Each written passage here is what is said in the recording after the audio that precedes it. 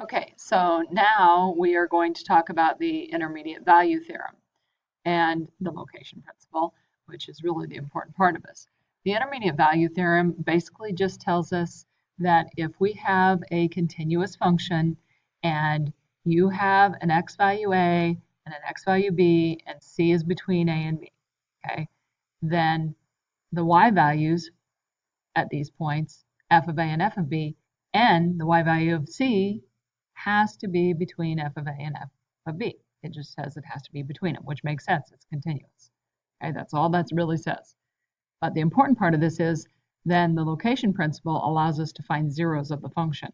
Okay, so if a function is continuous and we know that we have two y values, f of a and f of b, that have opposite signs. In other words, look at this graph.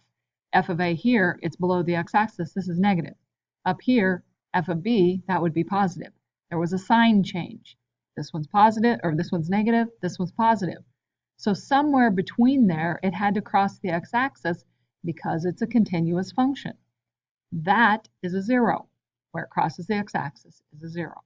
Okay, and so this location principle allows us to say, I know then that there has to be a zero between a and b, somewhere between a and b.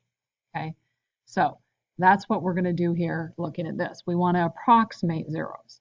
So we want to determine between which consecutive integers the real zeros of this function are located if we go between -2 and 2. Well, so what we could do is plug in -2. Put in -2, see what we get out. Plug in -1, see what we get out. Plug in 0, see what we get out, and so on, all the way up to 1 and 2. Okay, well, what we're going to find out here is that f of -1 is positive and f of 0 is negative. Okay, so if we plugged f of -1 into there, we'd see that we get a positive answer. F of 0, we'd get a negative answer. So we know somewhere between -1 and 0, it crosses the x-axis. And if you graph this, we can see that yes, that is true. Here's my point that's at f of -1. Here's my point that's at f of 0. Yes, it does cross somewhere between -1 and 0.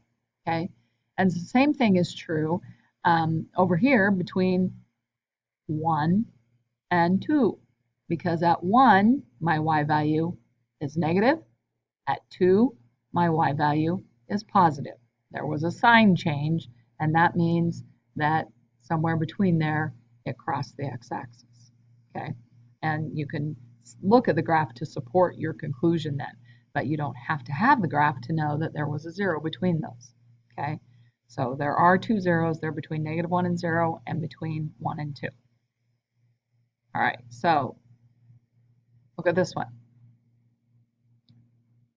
Between which consecutive integers between -2 and 2 would this function have zeros, real zeros?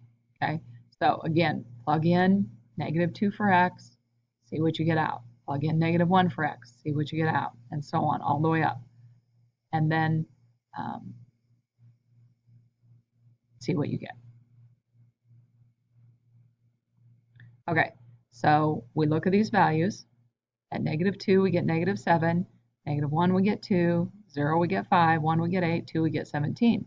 Well, there was a sign change right here. Okay, there was a sign change. This was negative, this one's positive. So that means that somewhere between -2 and 1, there's a 0. So from here, in that interval, that's all we can tell right now, is that somewhere between -2 and -1, there is a 0. Okay. If you look at the graph of this, it supports that conclusion. Okay, here we are. Here's -2, and our value is negative. Here's f of -1 up here. Our value is positive. So sure enough, between -2 and -1, it crosses the x-axis. So now you do this one. Okay, so between which consecutive integers? Between -4 and 4. Well, you should have gotten D, because in fact there are 3 zeros for this function, which is the most it can have, by the way, because it's x cubed.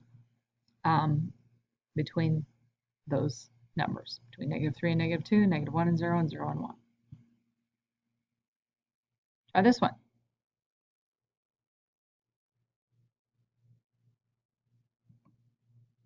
You should have gotten B. There's only one 0 here, and notice even though it's cubed, there still was only one 0. Could possibly be 3, but doesn't have to be. But it does cross the x-axis in one place between -1 and 0. So, using the graph of this to describe its end behavior. Okay, graphs that approach infinity. We did something like this in Algebra 2 where we just said, okay, as x is approaching infinity, what happens to f of x, or your y values? So it's no different than that. Look at this graph. As x is approaching infinity, so in other words, as we are going to the right, what's happening to our y? It's going up, right? So as x approaches infinity, f of x approaches infinity. As x approaches negative infinity, y approaches negative infinity. That's end behavior. That's really all end behavior means. Okay, do this one. What is the end behavior of this one? Should have gotten A. If you look at this, you can see that as x is moving to the left, y is going down. So they're both approaching negative infinity at the same time. As x is going to the right, y is going up. So the limit as x approaches negative infinity of f of x is negative infinity. They're both going to negative infinity. The limit as x approaches infinity of f of x is infinity.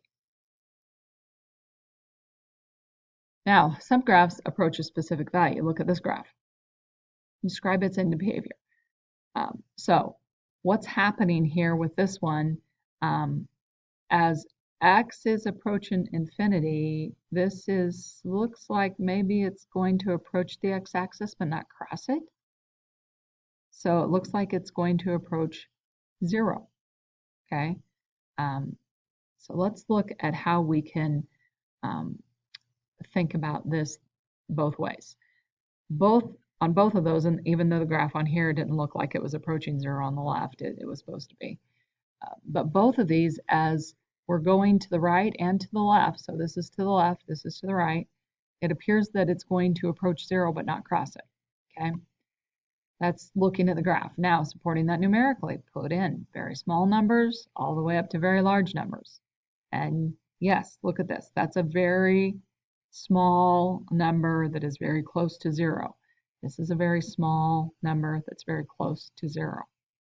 Okay, so yes, it is approaching 0. The limit for both of those, x approaches infinity and negative infinity, is 0. So try this one. Okay, you should have gotten C. As the limit approaches negative infinity, so as it's going to the left, it actually approaches 2/3, and as it's going to the right, it actually approaches 2/3. And we can look at how to do this numerically by putting values in. So you can't just assume it's going to approach 0 because it goes towards the x-axis. You have to put the values in. And if you notice, on the right side here, it was above the 0. Okay, applying end behavior. The symmetric energy function is E equals x squared plus y squared over 2. Now, if the y value is held constant, we want to know what happens to the value of the symmetric energy when the x value approaches negative infinity. So, we're asked to describe the end behavior of E of x for very small values of x when y is held constant, okay? So in other words, we're asked to find the limit of this as x approaches negative infinity.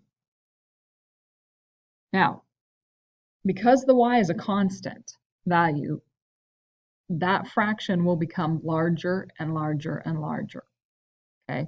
Because y is a constant, so it's like, let's say y was 5, 6, 7, whatever, it doesn't matter. If y is a constant, that doesn't change.